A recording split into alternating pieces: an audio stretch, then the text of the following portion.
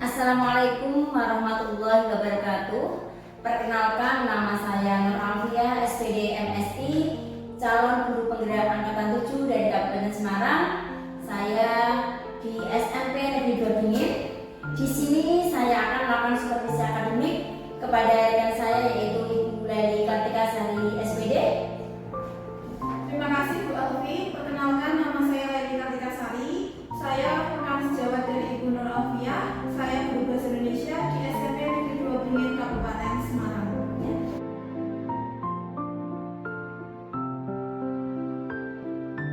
Selamat pagi Bu Leli. Selamat pagi Bu Alfi. Ya, bagaimana kabarnya hari ini? Alhamdulillah Ya, baik. senang ya saya bisa bertemu dengan Bu Leli. Meskipun Bu Leli itu sangat sibuk, tapi bisa ada kesempatan untuk bisa kita sharing bersama ya di sini. Saya akan melakukan supervisi akademik kepada Ibu Leli. Adapun tahapannya ada 3 Bu, yaitu yang pertama adalah pra-observasi, kemudian observasi, dan pasca observasi. Kira-kira apa harapan Ibu Leli dengan adanya kegiatan ini? Terima kasih Bu Alfi. Saya berharap dengan adanya observasi supervisi ini, saya bisa mendapatkan masukan-masukan terkait dengan proses pembelajaran yang akan saya lakukan dan yang sudah saya lakukan selama di kelas, agar pembelajaran yang saya lakukan nanti itu menjadi lebih baik. Oh ya Bu Leli. Jadi Bu Leli itu berharap agar kita itu nanti bisa sharing ya Bu ya. Ya semoga saya bisa membantu ya Bu ya. Terus kalau boleh saya tahu Bu, besok itu Bu Leli akan menyampaikan materi tentang apa? Saya akan menyampaikan materi yaitu tentang teks berita, khususnya tentang struktur dan pembahasannya. Jadi besok itu mata pelajaran bahasa Indonesia, kemudian materinya adalah struktur dan kebahasaan teks berita ya Bu ya.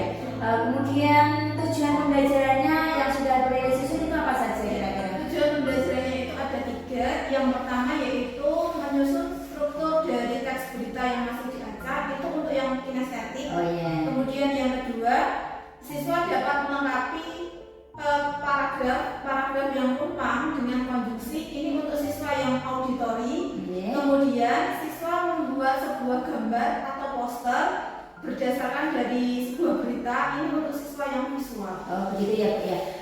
Jadi tentunya Bu Leli itu sudah mempersiapkannya ya.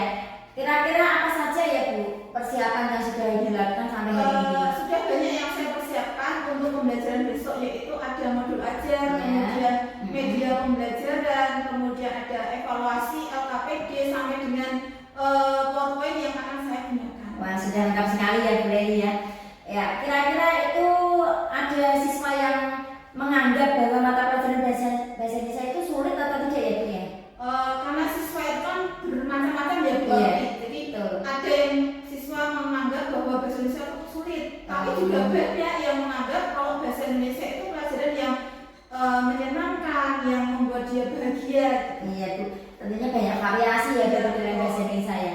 Iya dalam mengajar tentunya Bu Leli itu sudah punya strategi, punya model pembelajaran yang berbeda ya Bu ya kepada murid, agar murid itu bisa cepat menangkap apa yang telah Ibu sampaikan pada materi gitu ya Bu ya. Terus kira-kira Bu, kegiatan apa saja yang sudah Bu Leli siapkan untuk pembelajaran terkait dengan kegiatan yang akan kita lakukan besok? Ya, karena tadi kembali lagi murid itu kan jumlahnya cukup banyak dan Iya. bervariasi atau beragam. Saya sudah mempersiapkan kebutuhan yang mereka butuhkan. Nah, Iya. jadi kebutuhan belajar mereka itu apa yang beragam itu. Saya membuat fasilitas bagi mereka. Jadi saya menggunakan media PowerPoint. Kemudian ada sebuah video juga saya Iya. tampilkan. Kemudian ada LKPD juga sudah saya siapkan. Kemudian bagi siswa yang menyukai gambar, nah Iya. ini juga nanti bergabung menjadi satu kelompok. Kemudian mereka membuat sebuah gambar dan yang menyukai kelompok visual tadi. Iya, betul. Kemudian siswa yang suka bergerak, jadi Iya. yang senang bergerak, iya. nah itu nanti dikelompokkan di kinestetik Estetik. dan sesuai dengan kebutuhan mereka masing-masing. Oh iya Bu Leli. Jadi Bu Leli itu sudah sangat mempersiapkan ya dengan kebutuhan-kebutuhan murid ya.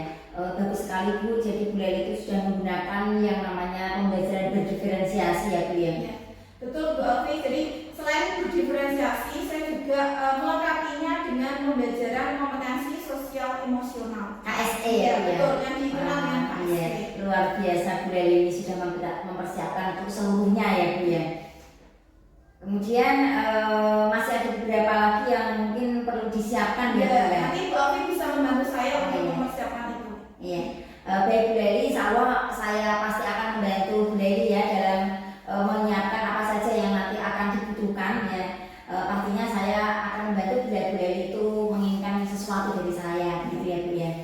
Saya ingin menyampaikan intelektual saya, yaitu cara membuat murid itu menjadi paham, Iya. kemudian suasana kelas juga nyaman, siswa menjadi tertarik dengan pembelajaran saya. Kemudian kompetensi sosial emosional itu juga ingin saya kembangkan. Iya. Dan saya juga ingin mempelajari lebih jauh tentang kompetensi profesional, pedagogik, sosial, dan pribadi. Oh begitu. Baik Bu Leli, nanti saya akan bantu agar area pengembangan yang Ibu harapkan itu bisa tercapai ya Bu ya. Baik dalam praobservasi maupun observasi nantinya. Kemudian dalam pembelajaran berdiferensiasi tentunya ada konten, ada proses, juga ada produk ya. Lalu untuk mencapai kompetensi yang akan ditingkatkan itu tentunya ada strategi-strategi khusus ya Bu ya. Kira-kira strategi apa yang Bu Leli persiapkan nantinya? Saya akan mempersiapkan pembelajaran yang jauh lebih baik dan lebih lengkap dengan media-media yang tentu saja menarik untuk siswa. Iya, betul. Media yang menarik, mudah dipahami. Kemudian saya berusaha untuk menyampaikan materi itu lebih jelas. Jadi lebih fokus dan lebih jelas dan mempersiapkan semuanya sesuai dengan kebutuhan yang murid itu perlukan. Oh gitu. Jadi strategi yang sudah Bu Leli siapkan ini sangat tepat ya dan sudah mengarah kepada pembelajaran yang berdiferensiasi ya. Baik itu ada konten, kemudian ada proses, juga ada produknya. Di sini nanti saya akan membantu Bu Leli dalam rangkaian supervisi akademik, baik dari mulai praobservasi, kemudian observasi sampai dengan nanti kita akan ngobrol lagi ya Bu ya pada pasca observasi ya. Jadi setelah Bu Leli nanti besok ya kira-kira ya Bu ya, mungkin ya akan terlaksana pembelajaran, saya akan mengobservasi kemudian kita akan ngobrol-ngobrol lagi gitu. Kira-kira sudah terlaksana apa belum ya Bu? Di sini kita akan melaksanakan observasinya itu mulai kapan ya Bu ya? Ya nanti kita tentukan, kita lihat jadwalnya. Berarti Ini hari Rabu ya Bu ya? Jadi hari apa ya Bu ya? bisa jadi nanti setelah hari Rabu bisa Kamis atau Jumat gitu ya. Kalau Kamis saja bagaimana Bu? Ya siap. Ya baik. Berarti besok pagi ya Bu ya, saya akan menyiapkannya. Keperluan apa saja yang Bu Leli sudah siapkan itu saya akan bantu masuk ke kelas. Kemudian kita akan melakukan observasi di kelas berapa Bu? Di kelas 7A. Kelas 7A ya, kelas 7A. Begitu ya Bu ya. Terima kasih Bu. Ya. Sampai ketemu lagi nanti di besok pada jam ke 1 dan 2. Oke Bu Leli. Baiklah, demikian tadi adalah rangkaian kegiatan coaching supervisi akademik pada tahap pra-observasi dengan rekan saya yaitu Ibu Leli Kartika Sari, SPD Guru Bahasa Indonesia dari SMP Negeri 2 Beringin. Terima kasih, sekian dari kami. Wassalamualaikum warahmatullahi wabarakatuh.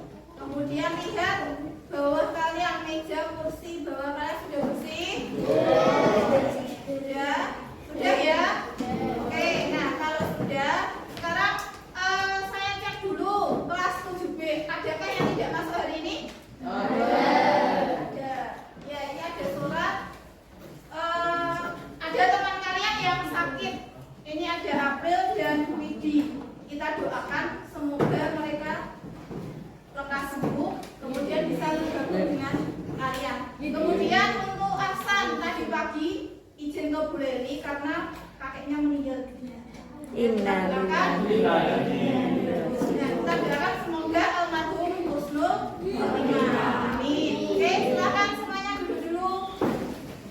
Ya. Kalau sudah pastikan kalian nyaman duduknya, tidak ada yang merasa tidak nyaman dulu ya. Sudah nyaman semua, nggih? Nggih. Sekarang sebelum kita mulai untuk pembelajaran, kita slogan dulu SMP Negeri Godin. Masih ingat? Masih liburan kemarin kan liburannya 1 minggu. Tapi masih ingat ya? Nah, supaya lebih semangat, kita gaungkan slogan SMP Negeri Godin. Esperida bergerak, bersih, edukatif, rapi, gagah, efektif, religius, aktif, kreatif. Yes! Nah, meskipun ini sudah agak siap, biar tambah semangat lagi, kalian juga harus menyanyikan Mars SMP Negeri 2 ini. Nah, silakan Safa maju untuk memimpin teman-temannya untuk menyanyi. Yuk, silakan. Di sini aja.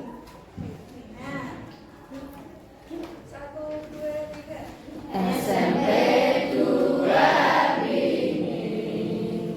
gerbang ilmiah kita bergerak maju melangkah. Semuanya sudah siap ya untuk pembelajaran hari ini? Oke, sekarang semua mata fokus ke kasih dia sudah saya tayangkan sampai belakang jelas. Nah, hari ini kita akan membahas tentang teks berita. Ya, teks berita di kelas 7 semester 2. Nah, teks berita itu apa saja isinya yang akan kita bahas? Nah, di sini sudah saya berikan judul menganalisis struktur dan kebahasaan teks berita. Sekarang kita lanjutkan.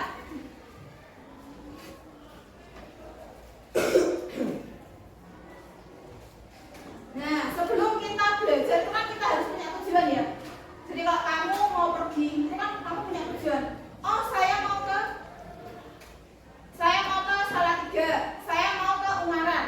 Tapi sebelum saya menjelaskan ke tujuan, kita harus mengingat materi yang sebelumnya. Masih ingat atau belum?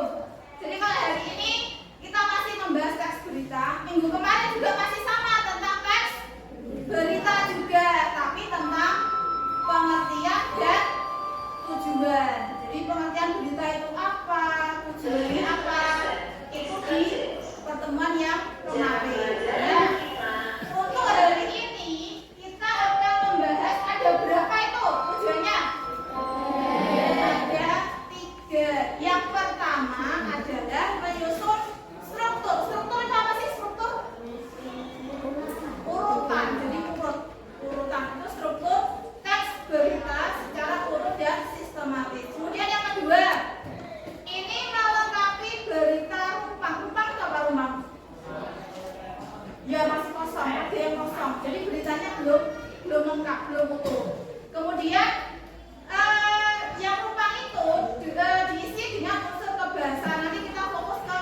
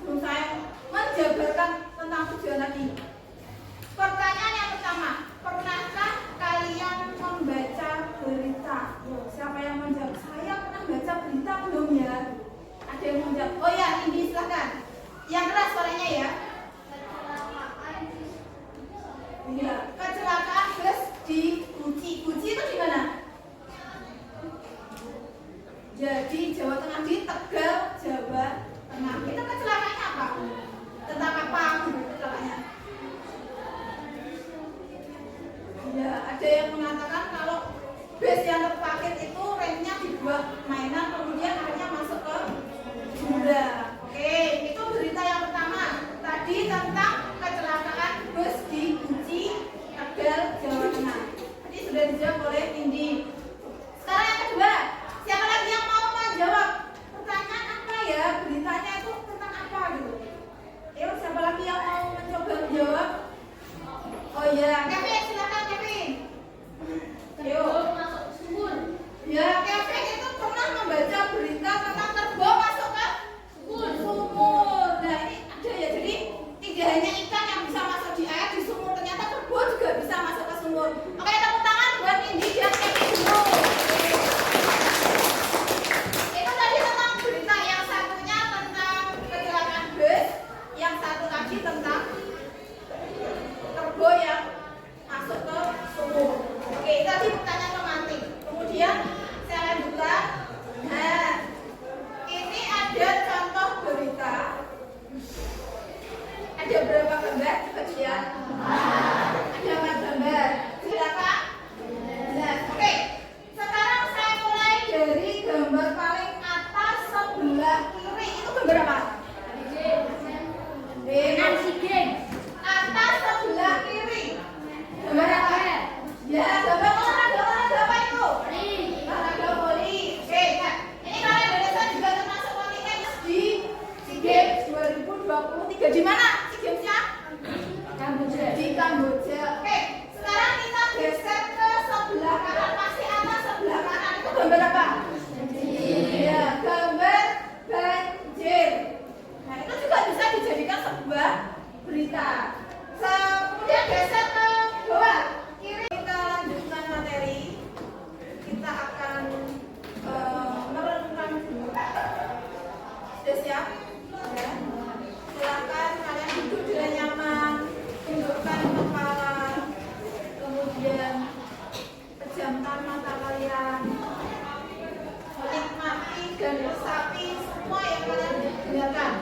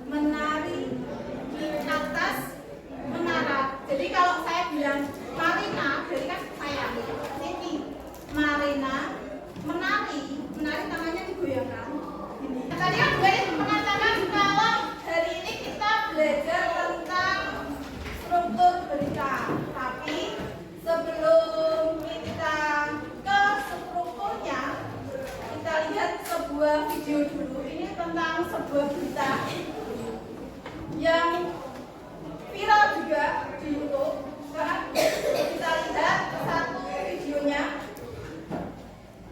Yang menggenangi jalan membuat aktivitas warga yang ingin bekerja dan juga sekolah jadi terhambat.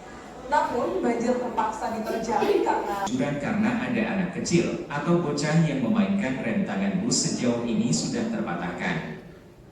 Polisi dan sejumlah saksi penumpang di dalam bus mendapati tidak ada anak kecil yang bermain di area kabin atau tempat sopir bus saat kejadian. Menurut salah seorang korban selamat, Tadi berita yang sudah disampaikan oleh Indi ya tadi. Jadi sudah semakin jelas seperti apa beritanya. Gitu. Jadi kalau berita yang masih simpang siur itu kadang bermuatan apa kok isinya apa? Ya itu berita apa? Berita yang entah benar atau salah itu namanya apa? Berita apa? Ya berita hoax. Oke, sudah. Sekarang kita lanjut ke materi ya. Tadi videonya sudah. Sekarang kita ke struktur berita. Kalau namanya berita itu paling atas biasanya ada apa? Judul. Nah, judul itu kan yang pertama kali kita baca. Sama kalau kamu pertama kali beli buku atau lihat buku, pinjam buku, depan.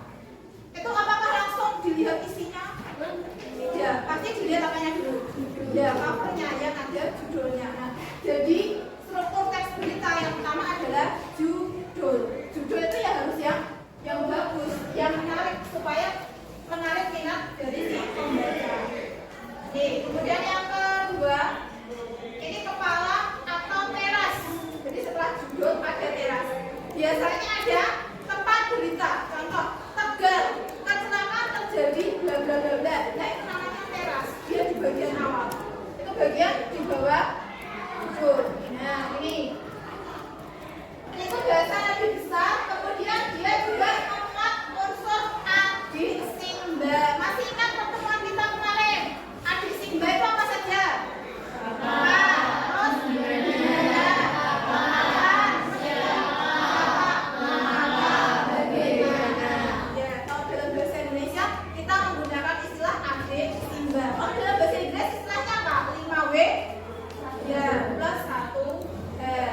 Kemudian setelah kepala kita ke tubuh atau bagian isi. Nah, atau kalau dalam bahasa Inggris itu body, ya, tubuh. Seperti apa penjelasannya? Nah, ini. Jadi tubuh ini isinya tentang penjelasan dari teras tadi. Sudah ada judul teras terus dijabarkan. Itu namanya tubuh. Kemudian yang terakhir, yang keempat, itu ada ekor berita. Ekor itu biasanya letaknya di mana, Roh? Ya, paling bawah, paling akhir. Kalau judul berarti yang paling atas. Nah, ekor ini sebuah informasi dari berita, sifatnya tambahan. Ada boleh, tidak ada juga tidak apa-apa. Nah, jadi informasi tambahan dari sebuah berita. Tuh. Nah, selanjutnya kita ke unsur kebahasaan teks berita. Sebenarnya ada banyak, tapi hari ini kita bahas dua dulu. Ya. Yang pertama adalah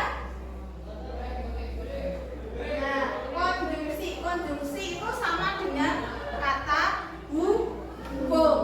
Jadi kata hubung yang namanya hubung berarti dia menghubungkan. Nah, ada dua, yaitu konjungsi yang berhubungan dengan waktu. Jadi kronologi. Seperti tadi video yang kamu lihat, ada bus kok sampai masuk jurang, itu kan ada kronologinya, tidak tiba-tiba bus langsung masuk, itu kan tidak ada. Struktur sudah, sampai sini ada yang mau bertanya? Tidak ada. Kita lanjut ke LKPD kelompok. Nah, tadi kan sudah kita sepakati tentang pembagian kelompok. Yang tadi depan belakang boleh merapat, kursinya dibalik, atau yang berderet juga boleh merapat. Oke, kelompok 1 yang membuat poster berdasarkan teks lalu menceritakan isinya. Berarti kelompok ini kelompok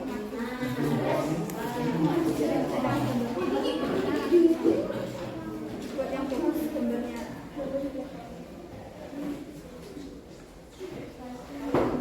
Paham? Baik, jelaskan.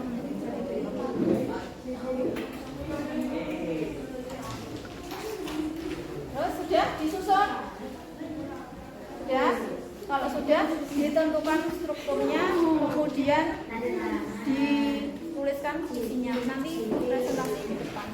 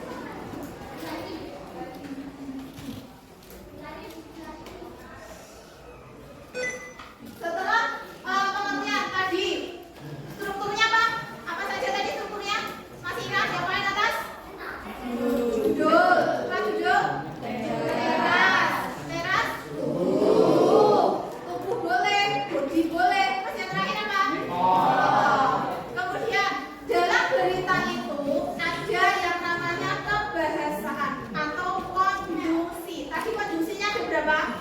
2. Yang satu? Oke, yang kedua? Paham semua, nggih? Oke, sekarang kita lanjut setelah menyimpulkan.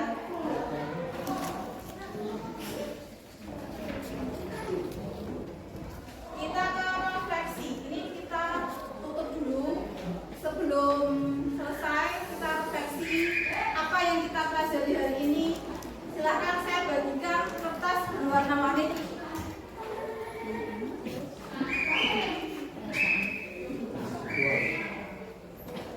Ini ada beberapa warna. Dosa bukan ini warnanya cantik semua. Silahkan satu siswa satu.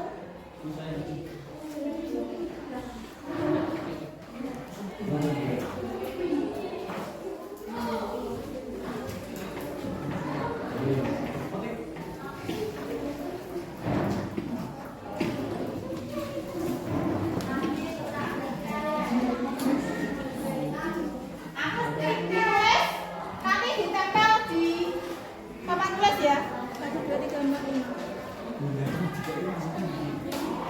Oke, coba perhatikan papan di depan kalian.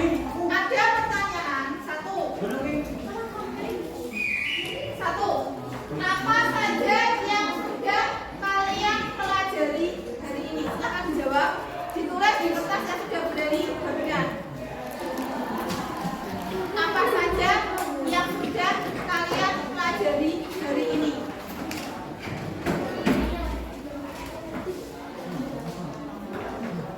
Silahkan ditulis. Yang kalian pelajari hari ini itu apa? Ditulis di situ.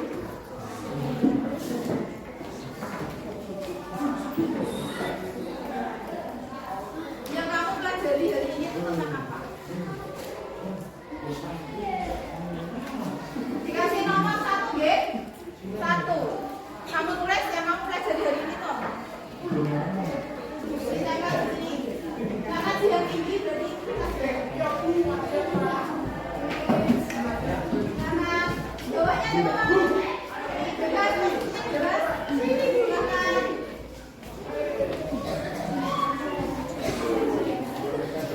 Kelompoknya mana yang sudah? Oke, kelompoknya sampai belakang. Maju. Lanjut untuk membacakan hasil refleksinya. Silakan dibaca yang keras. Oke. 1. Tentang teksturita kebiasaan berita untuk berita atau urutan berita. 2. Paham. 3. Saya merasa senang karena penjelasan yang dijelaskan itu hidup-hidup. Oke, tepuk tangan buat lagi.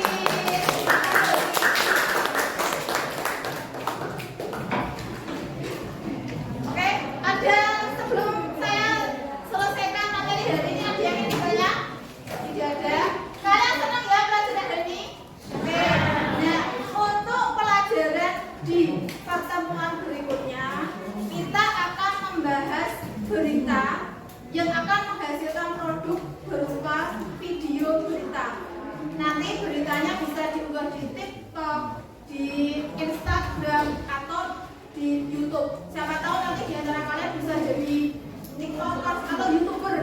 Nah, itu sebelum saya tutup, boleh dikasih pantun dulu. Ya, sebelum saya tutup. Oke, jalan-jalan ke Irian. Pulangnya beli dawet selasi. Pelajaran hari ini cukup sekian. Dan terima kasih. Tepuk tangan buat semuanya. Saya akhiri dulu. Saya minta maaf jika ada tutur kata saya yang tidak berkenan atau mungkin ada kekurangan dalam pembelajaran ini.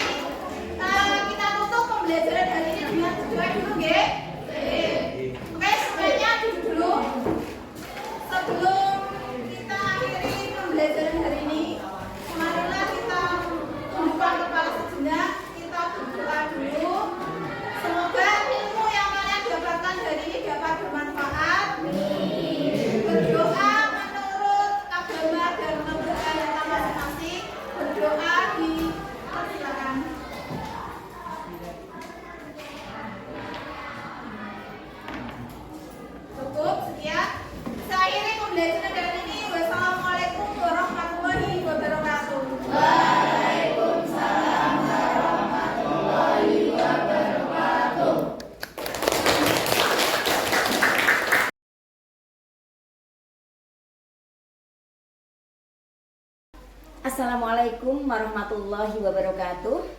Selamat siang Pak Hafid Andri Prastio MPD, sebagai pengajar praktik saya di CGP Angkatan 7 Kapten Semarang, dan Ibu Laili Kartikasari SPD, rekan sejawat saya. Baiklah, di sini saya akan melakukan coaching pasca observasi supervisi akademik pada siang hari ini kepada rekan sejawat saya, yaitu Ibu Laili. Selamat siang Bu Laili, bagaimana kabarnya? Alhamdulillah baik. Hari ini kita sudah melaksanakan coaching pasca observasi ya Bu Laili ya. Ada beberapa pertanyaan yang ingin saya tanyakan kepada Ibu Laili terkait dengan observasi pembelajaran yang telah kita lakukan pada pertemuan kemarin ya Bu. Apa Bu Laili harapannya dari pertemuan pasca observasi setelah saya melakukan observasi di kelasnya Bu Laili? Terima kasih Bu Alfi. Jadi setelah observasi itu saya berharap kalau pembelajaran di kelas yang sudah saya lakukan itu mendapat masukan dari Bu Alfi ya. Dari masukan-masukan itu yang berkaitan dengan pembelajaran yang saya lakukan, yaitu pembelajaran berdiferensiasi yang dilengkapi dengan KSE. Oh gitu ya Bu. Jadi fokus dari tujuan Bu Laili adalah untuk mendapatkan masukan-masukan ya Bu ya. Terus bagaimana perasaan Bu Laili dengan pembelajaran yang telah kita laksanakan kemarin? Ya, saya merasa senang karena saya ibaratnya itu mendapat sebuah pengalaman baru, ilmu baru, kemudian pembelajaran yang saya lakukan itu sudah sesuai dengan apa yang saya rencanakan yang sudah ada di modul, dan juga sudah sesuai dengan tujuan pembelajaran. Namun ada beberapa hal yang menurut saya itu masih ada kekurangan, yaitu saya berharap ada masukan dan perbaikan untuk pembelajaran saya yang akan saya lakukan ke depannya. Jadi Bu Laili itu merasa pembelajaran yang dilakukan kemarin itu masih ada kekurangan ya Bu Laili ya. Kira-kira mengapa ya Bu Laili merasakan ada kekurangannya gitu? Ya. Kekurangannya itu ada di bagian murid ya, murid. Jadi ya, masih ada beberapa murid itu yang saya merasa melihatnya itu masih kurang antusias gitu Bu. Jadi semangatnya masih ada yang kurang gitu. Oh begitu. Jadi Bu Laili itu merasa kalau anak-anak banyak yang pasif begitu ya intinya ya Bu ya. Jadi kurang semangat, kurang aktif dan sebagainya. Coba Bu Laili ceritakan sejauh mana pembelajaran yang telah Bu Laili lakukan di kelas 7 kemarin terkait dengan kendala anak-anak yang pasif atau kurang antusias. Kira-kira Bu, strategi apa yang akan Bu Laili lakukan pada tahap berikutnya? Ya. Mungkin dari observasi kemarin itu saya belajar dari itu, saya kedepannya bisa membuat pengelompokan, jadi jumlah kelompok yang lebih kecil, jadi mereka bisa lebih fokus. Kalau kemarin itu masih cukup besar kelompoknya, kemudian masih terlihat anak-anak atau murid-murid itu yang terlihat pasif gitu Bu. Jadi kalau yang kelompoknya lebih kecil itu kan lebih terlihat aktif, kemudian mereka juga sudah membuat kelompoknya itu berdasarkan kemauan mereka sendiri. Betul sekali ya Bu ya, kalau pembelajaran berdiferensiasi kan memang anak itu kan bisa memilih sendiri kelompoknya ya, tidak ditentukan oleh guru ya Bu ya. Kemudian di situ kemarin itu kelompoknya memang agak banyak ya Bu ya per kelompoknya. Jadi kira-kira ya Bu ya, apa yang perlu dikembangkan Bu dalam hal ini? Ya. Ada beberapa hal yang perlu dikembangkan, salah satunya itu keaktifan siswa dalam bertanya ya. Jadi respon dia dalam pembelajaran, kemudian tidak hanya di bahasa Indonesia tapi juga untuk mata pelajaran yang lain. Kemudian dengan kelompok yang lebih kecil, jumlahnya lebih kecil tadi, dalam pembelajaran berdiferensiasi dilengkapi dengan KSE, itu mereka punya kesempatan untuk lebih aktif untuk menyampaikan idenya, pendapatnya, gagasannya itu. Jadi kalau kelompoknya besar dengan kelompok kecil jelas akan berbeda ya Bu ya, kira-kira seperti itu ya. Betul sekali Bu Laili. Jadi anak memang harus dibiasakan untuk bisa aktif bertanya di kelas ya Bu, agar mereka itu bisa mengemukakan ide-idenya atau pendapatnya. Apalagi kan sekarang ini kan kita sudah melaksanakan kurikulum Merdeka ya Bu ya. Jadi kita itu menggunakan pembelajarannya sudah berdiferensiasi dilengkapi dengan KSE. Pembelajaran itu yang berpihak kepada murid ya Bu ya. Pertanyaan terakhir saya ya Bu ya, komitmen atau rencana tindak lanjut apa yang akan Bu Laili lakukan untuk kedepannya? Ya. Untuk kedepannya saya akan selalu berusaha untuk memperbaiki proses pembelajaran saya, jadi pembelajaran yang lebih menyenangkan, pembelajaran yang berpihak kepada murid, dan tentunya saya juga bisa mengajak rekan-rekan guru yang lain untuk belajar bersama. Luar biasa ya Bu ya. Lalu Bu, hal baik apa yang Ibu akan pertahankan dan hal baik apa yang akan Ibu perbaiki? Ya, untuk yang akan saya pertahankan, terutama untuk membuat sesuatu pembelajaran itu pasti dengan rencana. Ya, RPP Ya, misalnya itu atau modul ajar itu gitu ya Bu ya. diperbaiki. Kemudian ya saya akan membuat siswa itu lebih aktif. Langsung ya. Jadi itu yang akan Bu Laili pertahankan dan perbaiki ya. Terus kira-kira kapan Bu Laili akan memulainya? Ya, untuk memulainya berarti setelah pembelajaran kita itu pasca observasi itu ya Bu. Jadi mempunyai atau memilih strategi pembelajaran yang sesuai, yang berpihak kepada murid. Oh begitu ya Bu ya. Jadi Bu Laili sudah punya sebuah rencana tindak lanjut ya untuk kedepannya pada pembelajaran berikutnya ya Bu ya. Baiklah Bu Laili, ada beberapa hal yang ingin saya sampaikan dari hasil observasi saya. Itu saya melihat dari segi materi ya, Bu Laili itu sudah menyampaikan pembelajaran sesuai dengan tujuan yang diharapkan. Kemudian dari segi media juga Bu Laili kemarin sudah membuat sebuah rencana yang sudah cukup bagus ya. Ada berbagai media ya, terutama pada LKPD anak itu kemarin sudah saya lihat ada LKPD yang kinestetik, kemudian ada ya visual, kemudian ada auditori ya Bu ya. Jadi sudah istilahnya sudah mencakup semuanya. Juga kemarin juga ada KSE juga ya.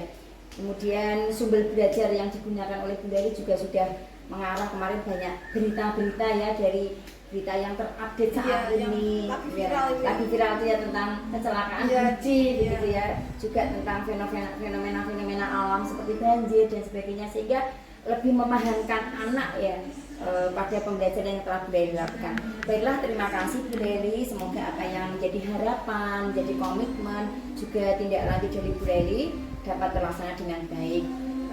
Baiklah, saya silakan kepada pengajar praktik yaitu Bapak Hafid Andri Prasetyo untuk menyampaikan komentarnya tentang coaching supervisi pasca observasi yang telah saya lakukan bersama Bu Laili. Monggo Bapak. Terima kasih Bu Alfi, terima kasih Bu Laili. Saya di sini sangat bangga sekali apa yang sudah dilakukan oleh Bu Alfi dan Bu Laili ini. Saya lihat sudah memenuhi prinsip-prinsip coaching, yaitu yang pertama yaitu prinsip kemitraan, yang kedua yaitu prinsip proses kreatif, yang ketiga yaitu memaksimalkan potensi. Saya lihat tadi Bu Alfi itu juga tidak menggurui, jadi tepat sekali dalam proses coaching supervisi akademik ini tidak menggurui rekan sejawat. Yang kedua, percakapan pun terjadi secara dua arah, jadi ada timbal balik, ada tiktak yang baik antara Bu Alfi dan Bu Laili. Selanjutnya, pada memaksimalkan potensi itu ada tindak lanjut konkret untuk perbaikan kedepannya yang akan dilakukan oleh Bu Laili. Itu yang sepenuhnya baguslah untuk coaching hari ini. Terima kasih, itu yang dapat saya sampaikan. Terima kasih atas komentar dari Bapak Hafid Andri Prasetyo yang sudah memberikan banyak masukan kepada saya juga Bu Laili pada kesempatan siang hari ini. Semoga dapat menambah pengalaman juga ilmu bagi kami berdua. Demikianlah coaching supervisi pasca observasi yang telah kami lakukan. Terima kasih kepada Bapak Hafid Andri selaku pengajar praktik dari saya, yaitu calon guru penggerak angkatan 7 Kabupaten Semarang, dan Bu Laili rekan sejawat saya. Akhirnya alhamdulillah kami sudah melaksanakan untuk coaching pasca supervisi observasi hari ini. Saya tutup dengan bacaan pamit bersama. Alhamdulillahirabbil alamin wa billahi taufiq. Wassalamualaikum warahmatullahi wabarakatuh.